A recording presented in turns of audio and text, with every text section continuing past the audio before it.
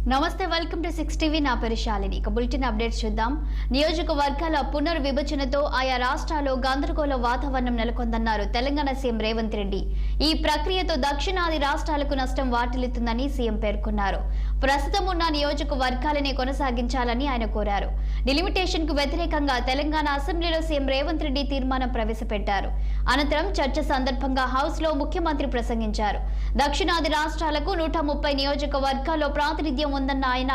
దక్షిణాది కన్నా ఉత్తరాది రాష్ట్రాల్లో జనాభా విపరీతంగా పెరుగుతుందని తెలిపారు డిలిమిటేషన్ జరిగితే 24% ఉన్న రిజర్వేషన్లు 19%కి పడిపోయే అవకాశం ఉందని సీఎం ఆందోళన వ్యక్తం చేశారు గత 11 ఏళ్ల కాలం నుంచి కేంద్ర ప్రభుత్వం నియోజకవర్గాల పునర్విభజన చేయలేదని సీఎం తెలిపారు 2026 తర్వాత జనాభా లెక్కించిన తర్వాతే పునర్విభజన చేస్తామని చెప్పి 2011 జనాభా దామాషా ప్రకారం జమ్మూ కాశ్మీర్ సిక్కిం రాష్ట్రాల్లో పునర్విభజన చేశారని గుర్తు చేశారు ఇది చాలా ప్రమాదకరమైన సందర్భమని ఆయన వ్యాఖ్యానించారు ప్రణాళిక ప్రకారం దక్షిణాది రాష్ట్రాలపై దాడులు జరుగుతున్నాయని రాజకీయంగా నష్టం జరిగితే ఊరుకునే ప్రసక్తే లేదన్నారు సీఎం రేవంత్ రెడ్డి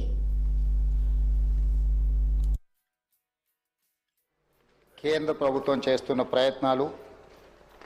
అనుసరించబోయే విధి విధానాలు రాష్ట్ర ప్రభుత్వాలతో పారదర్శకమైన సంప్రదింపులు లేకుండా జరుగుతున్న కసరత్తుపై ఈ సభ తీవ్ర ఆందోళన వ్యక్తం చేస్తుంది అన్ని రాష్ట్ర ప్రభుత్వాలు అన్ని రాజకీయ పార్టీలు భాగస్వామ్య పక్షాలతో విస్తృతమైన సంప్రదింపుల తర్వాత పునర్విభజన కసరత్తును పారదర్శకంగా చేపట్టాలని ఈ సభ కోరుతుంది కేంద్ర ప్రభుత్వం నిర్దేశించిన లక్ష్యాలకు అనుగుణంగా జనాభా నియంత్రణ కార్యక్రమాన్ని సమర్థవంతంగా అమలు చేసిన రాష్ట్రాలకు పునర్విభజన శాపంగా మారకూడదు జాతీయ జనాభా స్థిరీకరణ ఉద్దేశంతో చేపట్టిన 42, 84 మరియు 87వ రాజ్యాంగ సవరణల లక్ష్యాలు ఇంకా నెరవేరలేదని చెప్పుకోవాలి జనాభా నియంత్రణ అమలు చేయడం ద్వారా జనాభా వాటా తగ్గిన రాష్ట్రాలు నష్టపోకూడదు అందుకే నియోజకవర్గాల పునర్విభజనకు జనాభా ఒక్కటే ప్రామాణికం కాకూడదు పార్లమెంట్ సీట్ల సంఖ్యను యథాతథంగా కొనసాగించాలి రాష్ట్రాన్ని యూనిట్గా తీసుకొని